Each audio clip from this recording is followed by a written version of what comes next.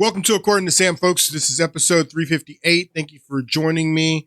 We're going to pick up where we left off in the last podcast, still talking about the same subject that we've been talking about. We've been talking about the nation of Israel. We've been talking about the Jews. We've been talking about America's relationship with Israel. And it seems like this is not going away. The story heated up over the weekend, more fallout from the interview that Tucker Carlson did with Nick Fuentes. And then you had the Republican Jewish coalition event that they had over the weekend with many speakers attacking Tucker Carlson and really pointing at him.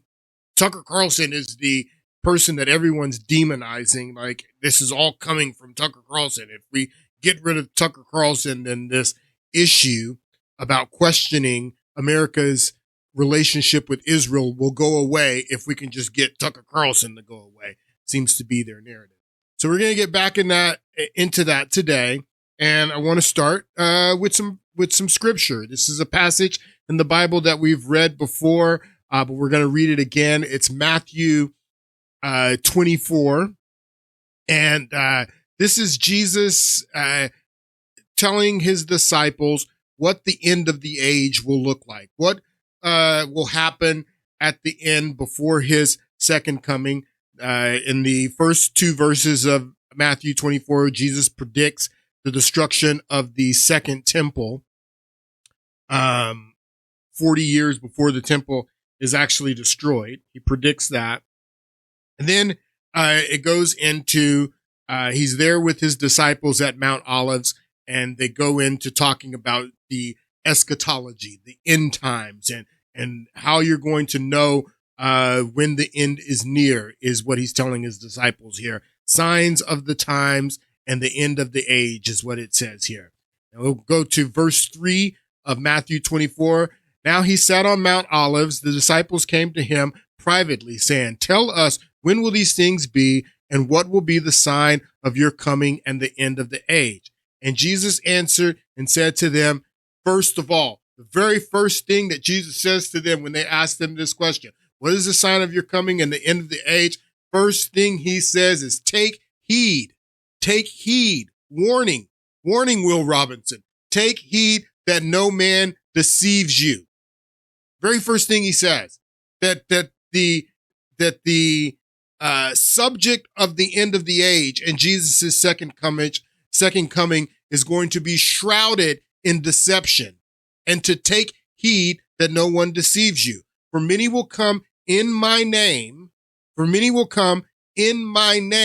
saying, I am the Christ, and will deceive many. And you will hear of wars and rumors of wars. See that you are not troubled. All these things must come to pass, but the end is not yet. For nation will rise against nation, kingdom against kingdom, and there will be famines, pestilence, earthquakes in various places. All these are the beginning of sorrows, Jacob's sorrows. Then they will deliver you up to tribulation and kill you, and you will be hated by all nations for my name's sake. For my name's sake, you will be killed, and you're going to be hated by all nations. Telling his disciples, telling the church, for my name's sake, as we get into this tribulation, you're going to be killed. You're going to be hated. You're not going to just be killed and hated for any reason, just because people don't like you. You're going to be hated. You're going to be killed because of me, because of my name's sake, because you have taken on my name. And then many will be offended and betray one another, and the hate of one another, and will hate one another. So then many will be offended and will betray one another and will hate one another.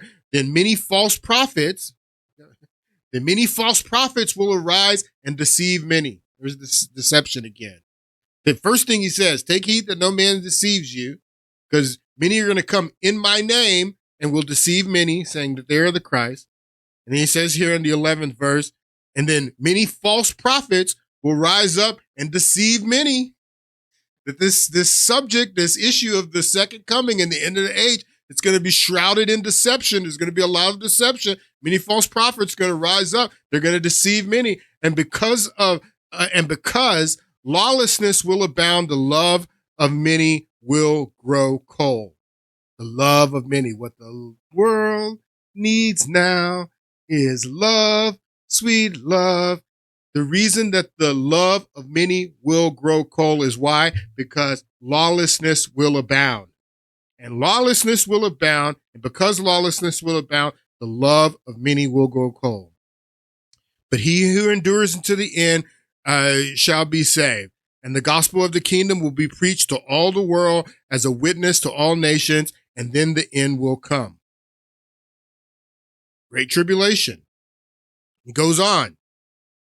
Therefore, when you see the abomination of desolation spoken of by Daniel the prophet standing in the holy place, whoever reads this, let him understand. So the abomination, let me explain this, what's going on here in the 15th verse. The abomination of desolation spoken of by Daniel the prophet. And we're going to get back into the history of the 13 tribes and what happens after the Assyrian captivity, and the Assyrians scattered the northern 10 tribes, but Judah is left standing after that invasion. The temple is left standing, and then Nebuchadnezzar, the Babylonians conquer the Assyrians, and then the Babylonians come into Jerusalem twice. Is Nebuchadnezzar invades Jerusalem, and the second time he comes into Jerusalem, he destroys the temple. He scatters it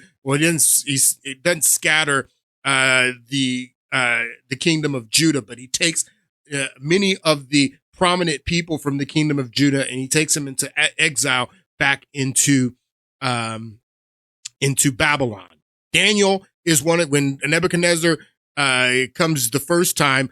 Daniel is one of the captives that Nebuchadnezzar takes back to Babylon. So when Daniel is talking about this prophecy of the abomination of desolation, Daniel is in Babylon.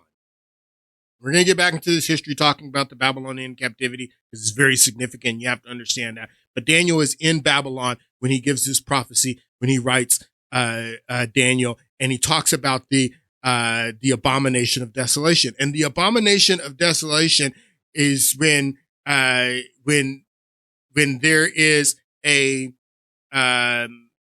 disgracing of the holy place, and the holy place is the temple. Okay, it's the temple. And when Daniel is in Babylon, Nebuchadnezzar, I don't know if he had already destroyed the Solomon's temple, or if Solomon's temple is yet to be destroyed, because again, Daniel is one of the first captives that goes back to Babylon.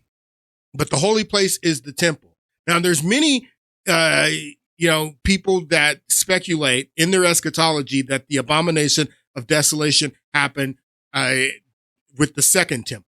If you don't know the story of Hanukkah, this is when the Maccabees, they go and take the temple back over from the Greeks, from the Seleucid Greeks. Antiochus Epiphanes was the ruler at that time. And Antiochus Epiphanes goes into the holy place, the temple, sacrifices a pig on the altar, and basically takes over the temple. This is what made the Maccabees rise up, and this is what started the Maccabean Wars. And there's a lot of people who believe that was the abominations of desolation that Daniel had talked about in Babylon. That when Antiochus Epiphanes went into the temple, sacrificed a pig on the altar, disgraced the temple, that was the abomination of desolation that Daniel was talking about. There's other people, the dispensational eschatology says that no, this is going to happen when the third temple is built. And then after the third temple is built, this is what the Antichrist does. The Antichrist comes into the temple, and then he defiles the temple again. But that just gives you a little context about what Jesus is talking about here. Therefore, when you see the abomination of desolation spoken of by Daniel the prophet standing in the holy place, whoever reads, let them understand. Then let those who are in Judea flee to the mountains. Let him who is on the housetop go down and take anything out of the house, and let him who is in the field not go back and get his clothes. Let him who is on the housetops not go down and get their to get anything out of the house. You're going to have time to do any of this stuff, is what he's saying. When you see the abomination of desolation, get the hell out of there. Not going to have time to go down and get your clothes. Or woe to those who are pregnant and to those who are nursing babies in those days. And I pray that your flight may not be in the winter or on the Sabbath, for then there will be a great tribulation such as has not been seen since the beginning of the world until its time, nor ever shall be. And unless those days were shortened, no flesh will be saved. But for the elect's sake, those days will be shortened. Almost done. Then if anyone says to you, look, here is the Christ, or there, do not believe it. For false Christs and false prophets, this is again back to the deception. If anyone says to you, look, there's the Christ, or there, don't believe it. For false Christs and false prophets will rise and show great signs and wonders and deceive, if possible, even the elect. This is in this passage, that's the fourth time he says deception and talks about false prophets and false Christ and people deceiving people with this false teaching. If possible, even the elect will be deceived. See, I've told you beforehand. Therefore, if they say to you, look, he is in the desert, do not go out. Look, he is in the inner rooms. Do not believe it. Don't believe the deception. Don't believe the deception. For as lightning comes from the east and flashes to the west, so also is the coming of the Son of Man will be. For wherever the carcass is, there the eagles will be gathered together. A lot of talk about deceptions and false prophets in here. A lot of talk about deception and false prophets in there. So we were talking in the last podcast about how we just tripped over $38 trillion in debt. And the United States is in a lot of trouble. I mean, the government is shut down right now. As longest shut down in American history. Talking about healthcare premiums doubling, unaffordable. Talking about people not being able to afford homes, unaffordable. Food, unaffordable. And the United States is in some serious trouble. And like I was saying in the last podcast, the people that are paying the most, we talked about this. If you are 25 years old, you were an infant when 9/11 happened. Maybe a toddler when 9/11 happened. So this is all that you've ever known. That this what's happening right now to the young people is a tragedy. But the reason I'm bringing up how young you are, and if you're in your early 20s and you weren't even old enough to know what was going on during 9/11 or during the build up to the Iraq war and the war on terrorism and all of that, after the crash in 2008, everybody started talking about, kicking the can down the road, and that not handling the fiscal issue at that time was kicking the can down the road. This again, we just had Halloween over the weekend, and Rand Paul's wife, every Halloween, she posts this picture. She posted it again just a few days ago. But this was in 2008. This was Rand Paul's scary costume. That the debt in 2008 was $10 trillion. Scary. It's $38 trillion now. $38 trillion. I mean, what are we talking about here? We're just, 17 years down the road and you've added $28 trillion to the national debt in just 17 years, $28 trillion. And at the rate that it's going, I've showed you this chart before. This is a chart of how fast the United States is adding $1 trillion to the national debt. And it shows you from 1996 to 2002. It took 7 years to add $1 trillion to the national debt. And then from 2002 to 2004, it took 3 years to add $1 trillion to the national debt. And then less than 3 years to add $1 trillion to national debt. Now we're adding $1 trillion to the national debt every 90 to 120 days, more like 90 days, adding $1 trillion to the national debt. Each one of these colors is $1 trillion. From the Clinton administration, Bush, Obama, Trump, Biden, and then back to Trump now. We're adding $1 trillion to the national debt every 90 days.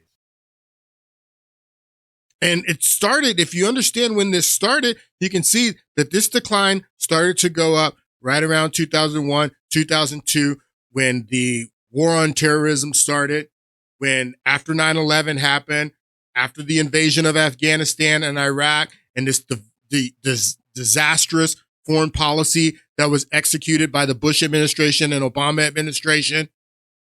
And then once this stuff starts growing, this debt starts growing, it's impossible to stop it. It becomes a self-fulfilling prophecy. Gold right now is $4,000 an ounce. 4,000. Who remembers when they had Ben Bernanke testifying to the House of Representatives, and Ron Paul was in the House of Representatives, and he asked Ben Bernanke, is gold money? And Ben Bernanke was struggling with the question of gold's money. Well, gold's worth $4,000 an ounce right now, Ben Bernanke. So this is a huge problem. And this is what is just driving the conversation around the Israel issue and the supporting and funding of Israel, and saying that Israel has influence over the United States foreign policy. This is what's driving it with our young people. And it's a huge issue. Now let's get back into Pastor Hagee. Pastor Hagee is the pastor of Cornerstone Church in San Antonio. He is the founder of CUFI. CUFI stands for Christians United for Israel. He is a self-proclaimed Christian nationalist, but he has been one of the most prominent evangelical pastors in support of Israel for years, for decades. And he's unashamed about it. This is the pastor who Ted Cruz was at his church, and we played the clip of Ted Cruz at his church either last week or the week before last, where they had their 45th annual night for Israel. But this is what Pastor Hagee says. He says that Israel's foreign policy is God's foreign policy, is what he says. A Christian Zionist is someone that believes that the Bible supports Israel. God begins in the foreign policy statement of Israel in Genesis 12:3. This is God's foreign policy statement for Israel. God begins with this foreign policy statement for Israel in Genesis 12. Genesis 12:3, saying, I will bless those who bless you, and I will curse those who curse you. You said God's foreign policy statement? Yes. God has foreign policy statements? Absolutely. And his is pro-Israel? Concerning the Jewish people, that's his foreign policy statement. Concerning the Jewish people, that's God's foreign policy statement, because of the passage in Genesis 12 is what Pastor Hagee says. Listen to more Pastor Hagee. We listened to these in the last podcast. God's foreign policy. I want you to hear this verse. It's God's foreign policy statement toward Israel. I will bless those who bless you, and I will curse those who curse you. This nuclear treaty is America's curse on the future of Israel. If our Congress does not vote this down, we must have a veto-proof bill, or we, the United States of America, are in direct line of fire to receive the judgment of God. I mean, this is just such dishonest spiritual manipulation. And this is why I read the passage from Jesus, the red letter words. It's out of Jesus's mouth, and from Matthew 24, talking about the end times and the end times deception and the false prophets. This is such spiritual manipulation, saying that how can you argue when you have a preacher, a man of the cloth, telling you that this is God's foreign policy? How are you going to argue with God's foreign policy? How are you going to say anything against God's foreign policy? And he says that God's foreign policy is Israel's foreign policy concerning the Jews. It's God's foreign policy. That means that God's foreign policy is this. But what's his message?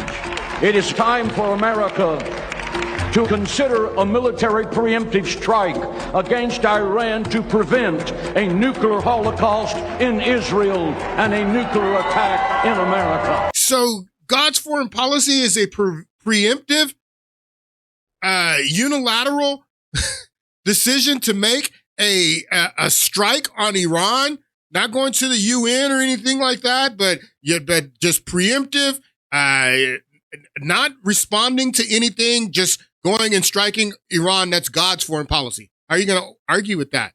That's God's foreign policy because that's Israel's foreign policy, is what Pastor Hagee says. And I'm just using Hagee as an example because there's many of these pastors in the United States, and this has been going on for a long time. We're going to talk about it today. We're going to get into some of this stuff. Now, we talked about the Substack article that Glenn Beck read after he was confronted by all these young people when he did the Turning Point event in North Dakota.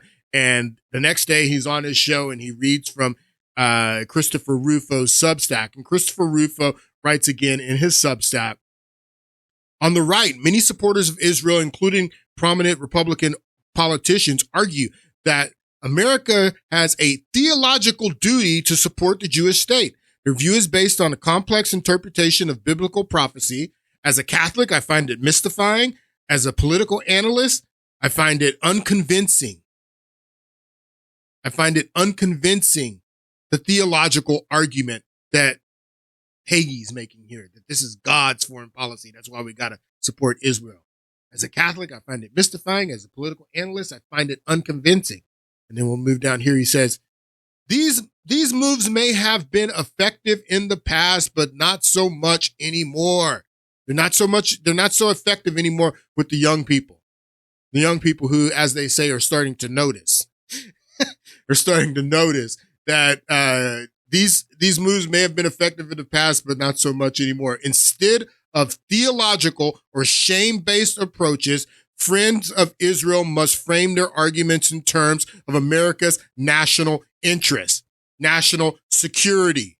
Why is it our national security interest or our national interest to support Israel, to have Israel's back? Not what the Bible says, not because it's God's foreign policy. What's the national security debate? And why are they stuck on what Christopher Rufo says here, theological or shame-based approaches? Theological or shame-based approaches, or which is both. They use the theology to shame you, to spiritually manipulate you.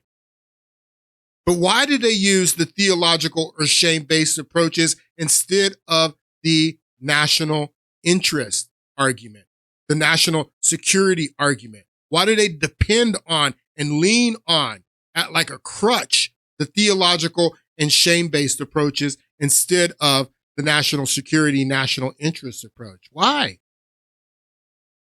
Ted Cruz was also at the Republican Jewish Coalition event over the weekend.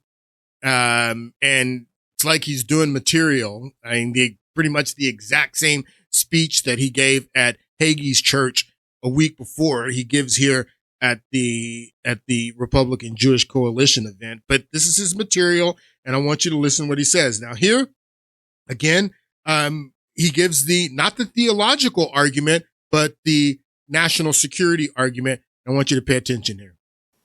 But in that conversation I raised with him then, I said, listen, I am very concerned, Mr. Prime Minister, by what I see as anti-Semitism rising on the right at a level that I don't recognize. And I got to say, in that conversation, it was 3-4 months ago, he dismissed it. He said, no, Ted, talking about conversation with That's BB. Iran, that's AstroTurf, that's paid for. And my response was yes, but no. So yes, Qatar and Iran are absolutely paying for it, and China probably is too. We know they're pushing that garbage on TikTok. There are absolutely bots online that are pushing that garbage.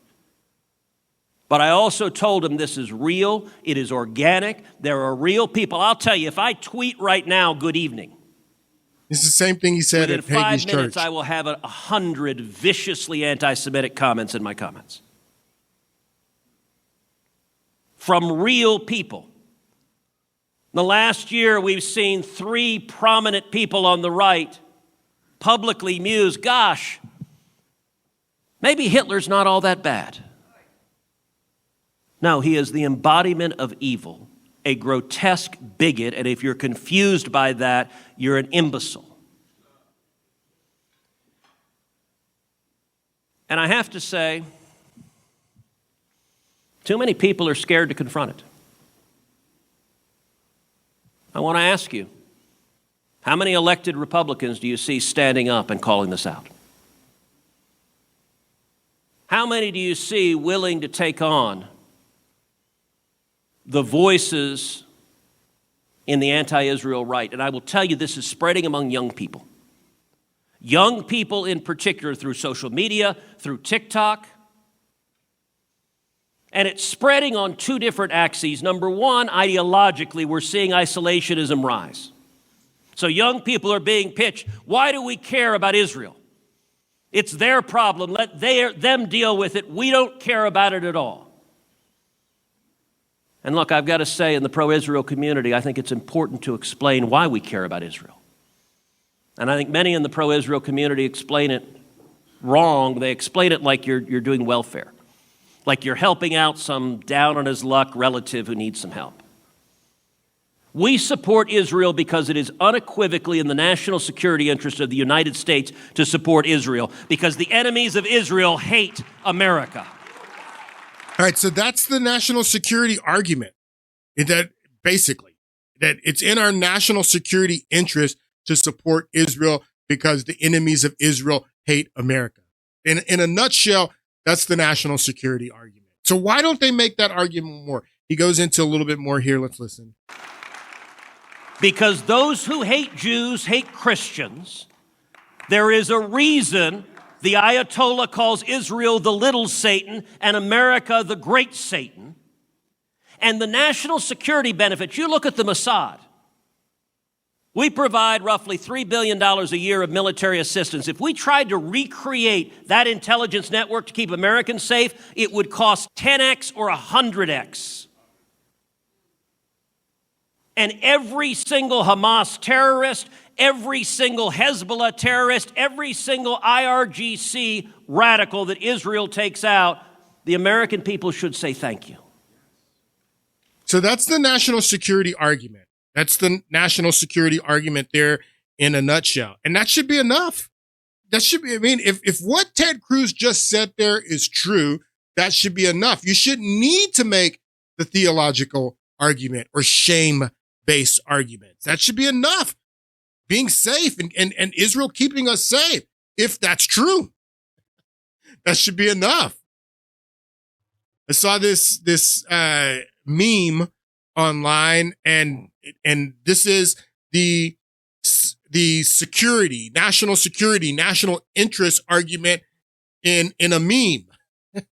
And they say that pictures sometimes are worth 1,000 words, and this cuts to the chase here. And if you're listening and not watching, it's a man holding back a boulder, and it says Israel is the man, the boulder is radical Islam, and the Israel is holding back the boulder of radical Islam from taking down the West. That the only thing standing between the collapse of the West, Western civilization, and radical Islam, the only thing standing in the way is Israel. that Israel, that's the national security argument, that Israel is fighting radical Islam to keep radical Islam from destroying Western culture. That's what this meme says. This is a event that Candace Owens was at, Turning Point event. She hasn't been with Turning Point for a while, but she was at this Turning Point event, and a Jewish young man stands up and he poses this national security, national interest argument to Candace Owens. I want you to notice how it goes. I wanted to ask you about Israel. There's two main reasons why I think America should be spending money and keep funding Should or Israel. should not? Should. Okay. Should. And the way I see it is that if Israel falls, God forbid, then America will be next. Is you said that, if Israel wasn't there, America would collapse.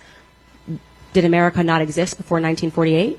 So that's the year that, yeah. No, I'm asking. I'm just saying, it's just stunning to me that people think that we're so weak, right? That we've been conditioned that we just can't do it without other people. Like we absolutely have to, send our money here and protect this because otherwise America would fall. Okay, we had a country before Israel became a state, right? So I think that to me feels very faithless in America. And there were radical Muslims before Israel became a state. There's been radical Muslims going back to the early 7th century. So there were radical Muslims before 1948, and we didn't have a problem with them before then. That's what Candace is saying. We had a country before Israel became a state, right? So I think that to me feels very faithless in America, very faithless in the story of America, very, very counter to what our forefathers envisioned. They are a huge, in between for America and the extreme Islamists that are working to undermine Western values. And Israel is on the forefront of technology, especially with the military, since they are constantly at war. He says the meme here. He's basically saying everything that this meme shows, that he's saying that, yes, that Western values, Western culture, the West is in danger from radical Islam, and the only thing protecting the West from radical Islam is Israel. Now, why is this? Why do they have to make the theological and shame-based argument instead of this argument? Because this argument, this dog don't hunt, people. No one's buying this. Have you seen London lately? Have you seen France lately? New York tomorrow's getting ready to elect a radical Muslim as their mayor. Have you seen Minneapolis? Have you seen Dearborn, Michigan? What are you talking about? If this is the argument, how is Israel doing at keeping radical Islam from destroying the West? How are they doing at this job? If this is the job, if this is the argument that you're making, that we need Israel because radical Islam will destroy the West without Islam. The most popular baby name in England is Mohammed. What are you talking about? What are you talking about that Israel is keeping radical Islam out of the West? This was Linda Sokar, I forget how you say her last name. Linda Sarsar. Anyway, she's campaigning for Zoran Mandami, the communist Muslim who is about to win and be the mayor of America's largest city. Israel's protecting us from radical Islam. And this is what she says in this event that she was at for Zoran Mandami. The story is not just that it's random that Zoran ascended to this place. It is our Muslim American communities. And I'll also say that it's Muslim money. The PACs that have supported Zoran, or a particular PAC that has supported Zoran, is probably over 80% of Muslim American donors in this country. High net donors, grassroots donors. And I want to make the point that the Unity and Justice Fund PAC, which is the CARE Super PAC, was the largest institutional donor to the pro-Zoran PAC in New York. Wow.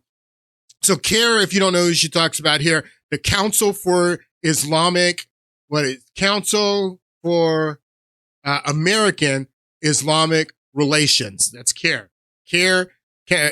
Council for American Islamic Relations.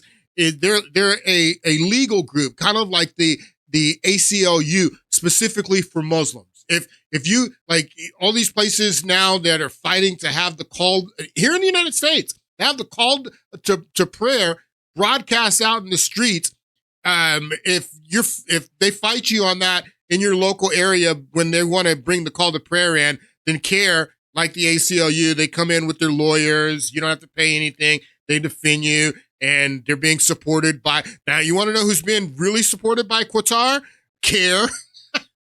CARE's being supported by Qatar and Saudi Arabia, a lot of other. So the point I'm making is, if this is the narrative that Israel is the reason to support Israel is because they are helping to keep radical Islam. I don't even know what radical, you mean Islam? Radical Islam. You mean Islam. Fighting to keep Islam from destroying the West. They're not doing a very good job at it. And this narrative is completely Christopher Rufo says here that the theological argument is, what does he call it? Unconvincing. Well, the national security and national interests that Islam is going to destroy the West without Israel, that's unconvincing. Very unconvincing, because they're not doing a very good job at it.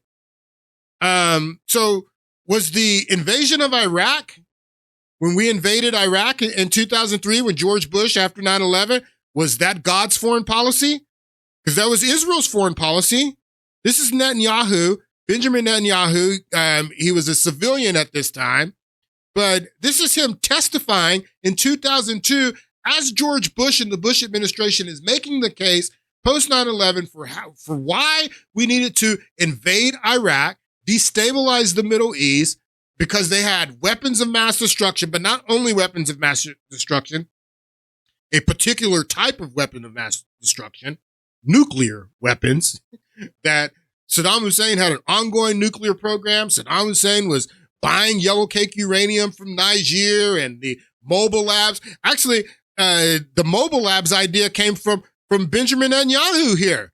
I mean, even before Colin Powell goes to the UN and talks about the mobile labs, Benjamin Netanyahu here, when he's testifying in front of Congress about why we should support George Bush, our president, in invading Iraq, the worst foreign policy decision in American history. Go out on a limb and say that the invasion of Iraq in 2003 was the worst foreign policy decision in American history. Millions of lives lost, trillions of dollars it cost us. Completely needless. Worst foreign policy, but it's God's foreign policy, according to Hagee.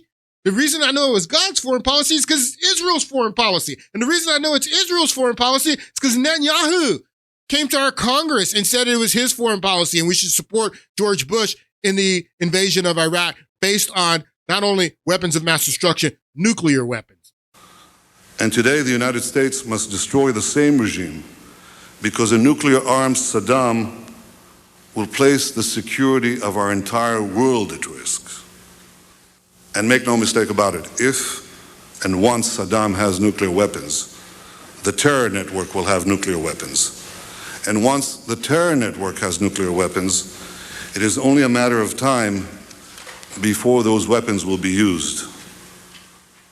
You cannot prevent a dictator who has used terrorism in the past, who cavorts and supports and encourages terror organizations from using this weapon by giving it to someone, by having them threaten to use it against his enemies. Once one of the terror regimes, once one of the principal regimes in the terror network has nuclear weapons, you cannot prevent the terror network from having nuclear weapons. Now, so the beautiful thing about doing this podcast today is that we have the benefit of hindsight. I mean, this testimony that Benjamin Netanyahu is giving to our Congress as the Bush administration is building up, telling these lies to get the American people to support the invasion of Iraq after 9/11, using people's fears, playing on their fears. We're 23 years down the road now. We have the benefit of hindsight. And now we know for a fact that Saddam Hussein didn't have an ongoing nuclear program. There was no nuclear program at all in Iraq in 2003. No nuclear program. There were no yellow cake being bought from Niger, no mobile labs. None of that was true. But that's the narrative that the Bush administration was using. You have to understand this about the Iraq war. Because after 9/11, they did the anthrax attack, and that got Americans thinking about biological and chemical weapons in a way that they'd never thought of, because people immediately after 9/11, you had the anthrax attack, where American anthrax, someone from in America, was mailing around letters that said, Allah is great, 9/11, this is next, death to Israel was in the letter. Someone from America was mailing these letters around with anthrax in the letters. So that was right after 9/11. So they got people thinking about, chemical and biological weapons, the danger of chemical and biological weapons. John McCain even went on the David Letterman show and said that the anthrax had come from Iraq and that it was Iraqi anthrax. It wasn't Iraqi anthrax. It was American anthrax. It was the Ames strand of anthrax created in Ames, Iowa. But they used that threat of biological weapons, anthrax, chemical weapons, and Saddam, and said that Saddam had them and that he had weapons of mass destruction. If the argument about Saddam's weapons of mass destruction in 2002 and 2003 was only about chemical and biological weapons, no one would have supported that. So they had to bring in the nuclear threat, which there was never a threat of nuclear weapons in Iraq. Never a threat of nuclear weapons in Iraq. But they used the phrase weapons of mass destruction, which encompass nuclear weapons, biological weapons, chemical weapons. All those are weapons of mass destruction. So they used the broad term of weapons of mass destruction, which could mean biological weapons, chemical weapons, or nuclear weapons. But they highlighted the nuclear threat, which was never a threat. And then Benjamin Netanyahu is coming over testifying in front of Congress as Bush is building up and lying us in, getting ready to lie us into this war. And he tells the lies about nuclear weapons, which there was never any nuclear weapons in Iraq. Once one of the principal regimes in the terror network has nuclear weapons, you cannot prevent the terror network from having nuclear weapons.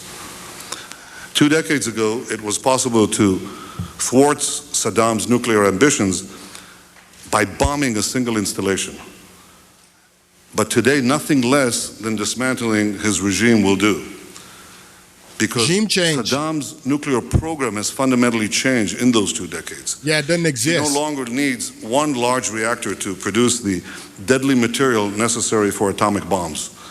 He can produce it in centrifuges the size of washing machines that can be hidden throughout the country.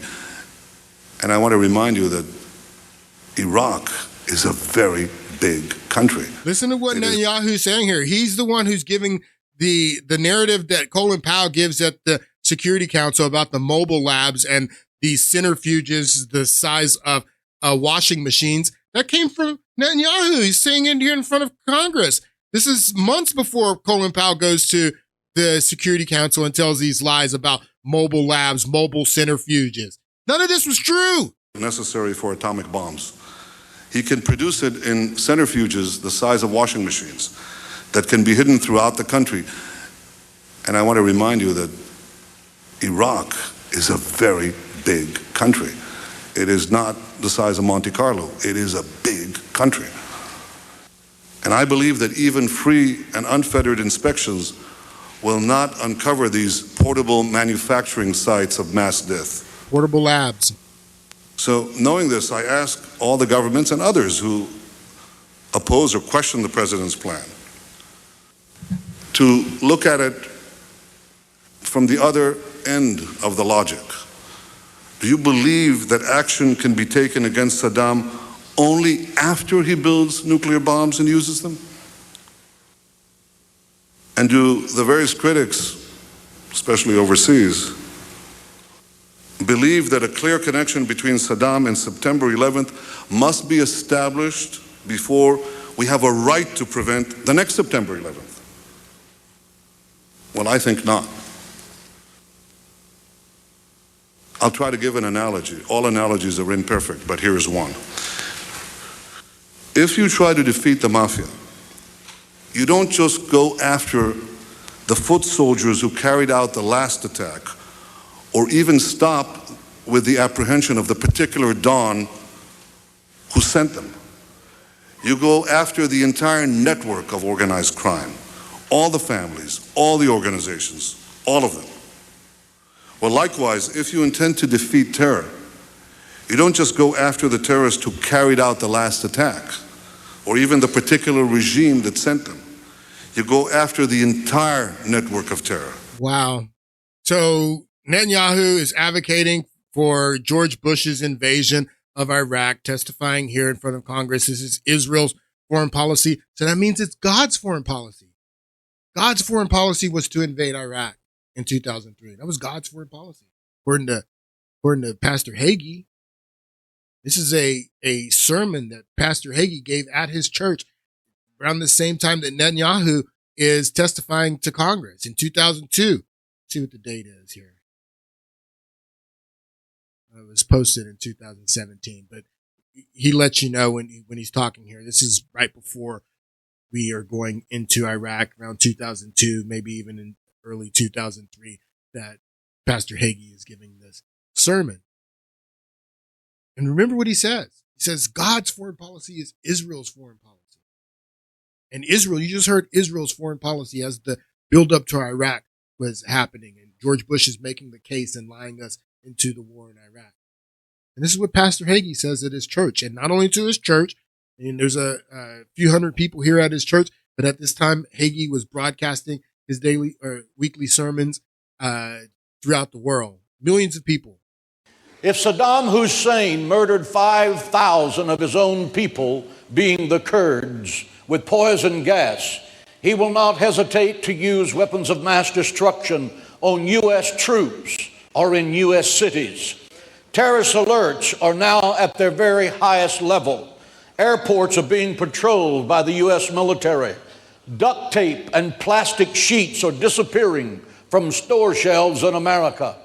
So the duct tape, if you guys are young, you don't remember, but Homeland Security, as they're building up to the war in Iraq, told people to get duct tape and plastic sheeting. And the sheep in this country went to Home Depot, went to all the hardware stores and cleared all the duct tape off the shelf. This was such a psyop. Looking back, the benefit of hindsight, this was such a psyop. Airports are being patrolled by the U.S. military. Duct tape and plastic sheets are disappearing from store shelves. Like, what are you going to do with duct tape? How's duct tape going to help you in the event of a terrorist attack? But Homeland Security put this out. Man, this is such a psyop. It's crazy looking back. Remember they had the color monitor, like the threat level. Threat level's orange. Threat level's purple. Duct tape and plastic sheets are disappearing from store shelves in America. Osama bin Laden is appearing on worldwide television by audio tape. North Korea has brazenly announced that they have reopened their plutonium processing plant, and they threaten America with saber-rattling rhetoric saying, we can strike California at any time we wish with our nuclear warheads. The war between America and Iraq, I believe, is the gateway to the apocalypse. It makes no difference how long the war lasts, whether it is 2 months or 2 years. I believe that it is going to destabilize the Middle East. I believe that it will produce an Islamic army of millions dedicated to the death in a massive all-out holy war against Israel in the near future. Islamic terrorist cells in America, concealed in secrecy for years, who share Saddam Hussein's demonic hatred for America and for Israel, may soon unleash that same suicide horror in the United States that Israel has endured for the past 30 months. Bill Gertz, one of Washington's most prolific and accurate intelligence reporters, has released a story this week saying our radical Islamic enemies are planning a mass casualty attack to rival September the 11th. Fortunately, arrests have been made across Europe and... So this is what's going on in the months after 9/11 and the year after 9/11 as Bush. These are the type of sermons that are preached in sanctuaries all across the country, playing on people's fears. The fears are still fresh. The emotions are still fresh. 3,000 Americans were just killed on American soil. We have to take the fight to the radical Islamists. And this right here, this is the theological argument and how we have to support this. Created this, people. This is why this debt started rising. You see, it started rising around this time in 2002, and this was post 9/11. This, the $2 trillion that we spent in Iraq, 5 to 7 in Afghanistan, the other wars, Libya, everywhere else. This disastrous foreign policy over the last 25 years is why we have $38 trillion in debt, and the financial bailouts and COVID as well. Put that in there. But I mean, if you didn't have this disastrous foreign policy and you're able to, if we have issues like a pandemic or a financial issue, you have money in reserves to take care of it. We didn't have anything in reserves. We're just building debt because of the war on terrorism. After they let 9/11 happen, don't even get me started on that. These are kind of sermons that were preached, like John Hagee's preaching here, telling his listeners that you have to support George Bush invading Iraq and that disastrous foreign policy because it's God's foreign policy. I watched quite a few of John Hagee's sermons from around this time. I wish that I had time to play more because there's some jewels. There are some jewels in here. This is one of his sermons that I will play a little bit of. This was after Bush had already invaded Iraq and it was a disaster. And then they go in, they can't find any weapons of mass destruction. They don't find any nuclear program. They don't find any mobile labs. They don't find any of the stuff that Bush told us was there. And then this is Hagee after the fact. And take a listen to what he says to his listening audience. But now our president is being hammered for going into Iraq because after months of searching, we have not been able to find weapons of mass destruction. Let me set the record straight for those of you who have a short memory. Look at the facts of the case and not the propaganda films by Michael Moore and Hollywood's far radical left. Look at the facts. Fact is that Saddam Hussein was so close to having a nuclear bomb in the early 80s that the Israeli Air Force bombed his nuclear plant and put him out of business. Yes, so but the question is, did Saddam reconstitute his nuclear program? Yeah, we know he had a program in the 80s. The question was, what was the evidence that he reconstituted? That he restarted his nuclear program. That's what the Bush administration told us. That was not true. The world owes Israel a debt of gratitude for taking nuclear weapons away from Saddam Hussein.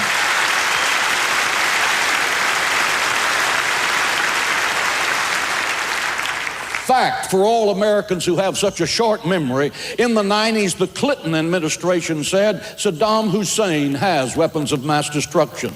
In the 90s, Saddam Hussein destroyed all of his weapons of mass destruction. That's fact. The benefit of hindsight, in the K report, we know that Saddam Hussein destroyed all of his weapons of mass destruction in the 90s. Yes, he's right. Clinton said he had them in the 90s, but he destroyed them in the 90s. We know that for a fact now. That's a fact. The CIA told the president it's a slam dunk. Well, now that's a fact. That's a fact. George Tenet did tell Bush that it's a slam dunk. He did tell him that. Fact, the CIA told the president it's a slam dunk.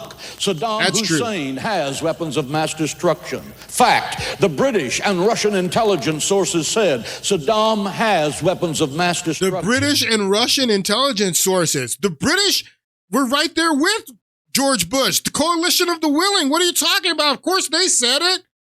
Tony Blair was in George Bush's pocket, or I don't know who was leading who, but it was like Tweedledee and Tweedledum, George Bush and Tony Blair. As a matter of fact, when George Bush comes to the State of the Union address and says the famous 16 words that the British government has learned that Saddam Hussein has sought significant quantities of yellow cake uranium from Africa, the reason he attributed that to the British government is because his own CIA was telling him that was bogus intelligence.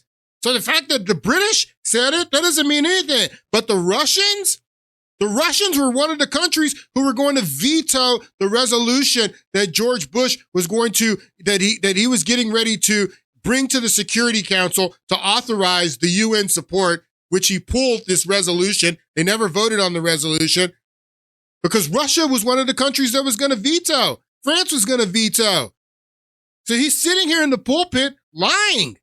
Saddam Hussein has weapons of mass destruction. Fact, the British and Russian intelligence sources said Saddam has weapons of mass destruction. The fact that Israeli intelligence said Saddam moved weapons of mass destruction just before America invaded Iraq.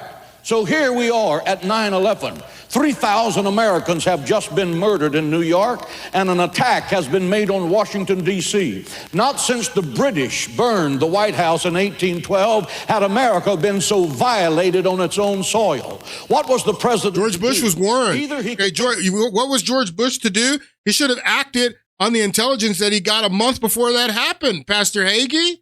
Pastor Hagee, this is just that's complete deception. Everything that you're saying to your church, everything that you're saying to your listening audience, just like Jesus says in Matthew 24, deceiving people, deception, false prophets. This is going on here. George Bush was warned before 9/11 that they were planning on hijacking planes.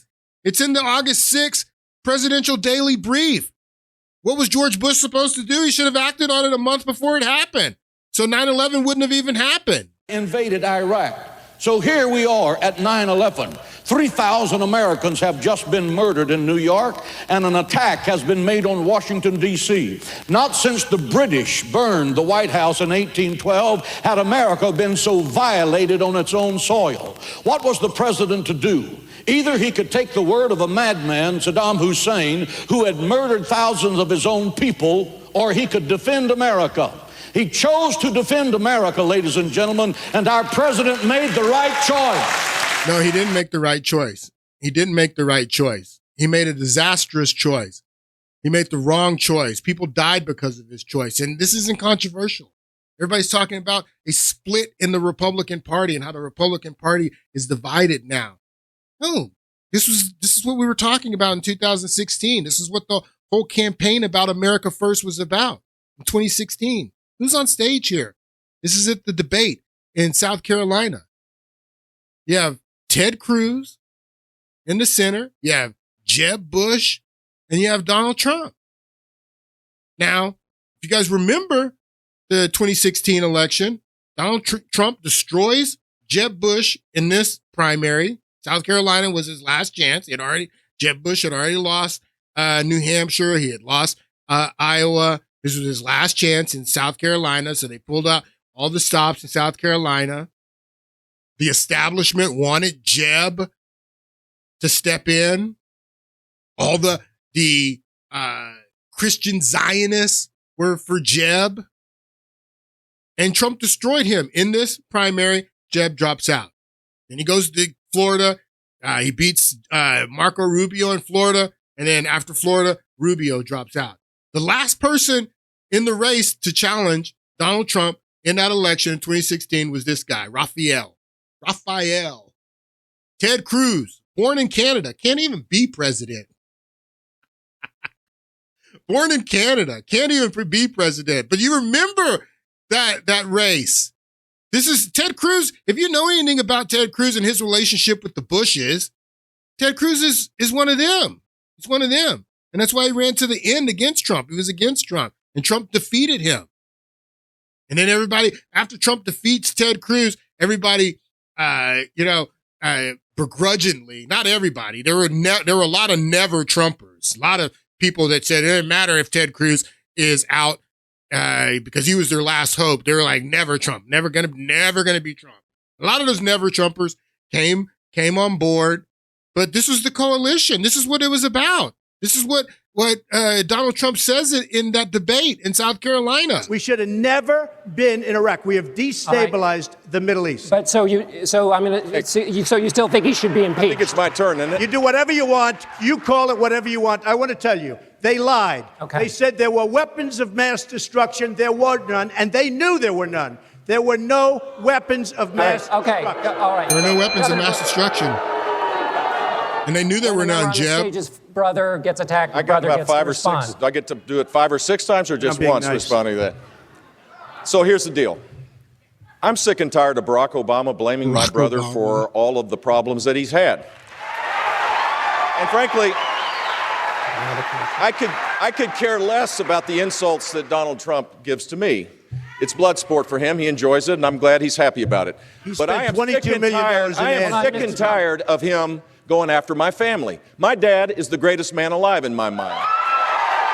And while Donald Trump was building a reality TV show, my brother was building a security apparatus to keep us safe, and I'm proud of what he did. He didn't keep us safe. And he's had the gall to go after my World Trade mother. Center came He's down had the during gall your to go brother's after reign. my mother. Remember that.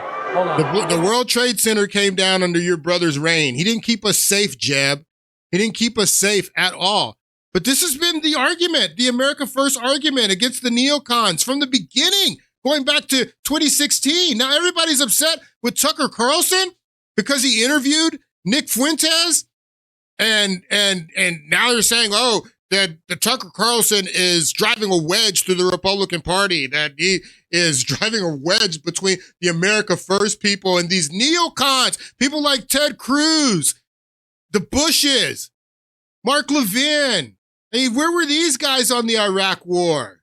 Like, this was the Republican Jewish coalition. They had the signs. Tucker is not MAGA. Tucker's not MAGA. Tucker's not MAGA. These signs. Tucker is not MAGA. So Tucker is the person who is drawing all this fire right now because they're so upset with Tucker Carlson because he interviewed Nick Fuentes. And I wish I had more time to play some of the interview between Tucker and Nick Fuentes. We'll probably get back into it in the next podcast. But where were these guys? Where were these guys on the Iraq War? Where was Ted Cruz on the Iraq War? Where was Mark Levin on the Iraq War? Where was Ben Shapiro on the Iraq War? Ben Shapiro wrote an article in WorldNet Daily in 2005. Why war in Iraq is right for America is what Ben Shapiro. Where were these guys? Where were these guys on Trump in 2016? I know Mark Levin supported Ted Cruz to the end.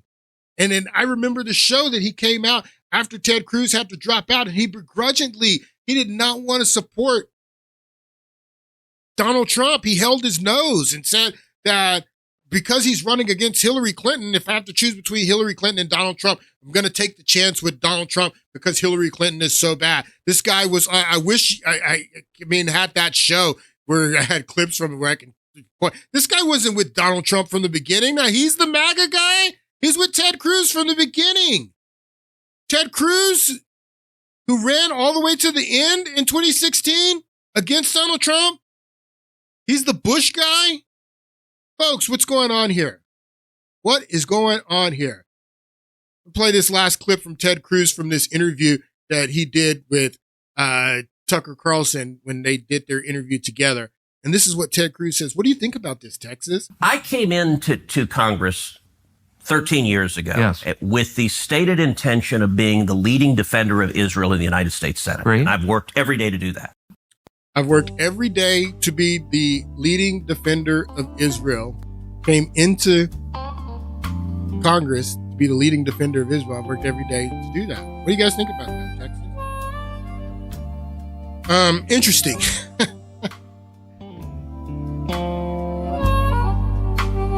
All right, folks. Hope you enjoyed the show, and I'll see you guys on Friday. We're going to get back into this. I'll see you guys on Friday.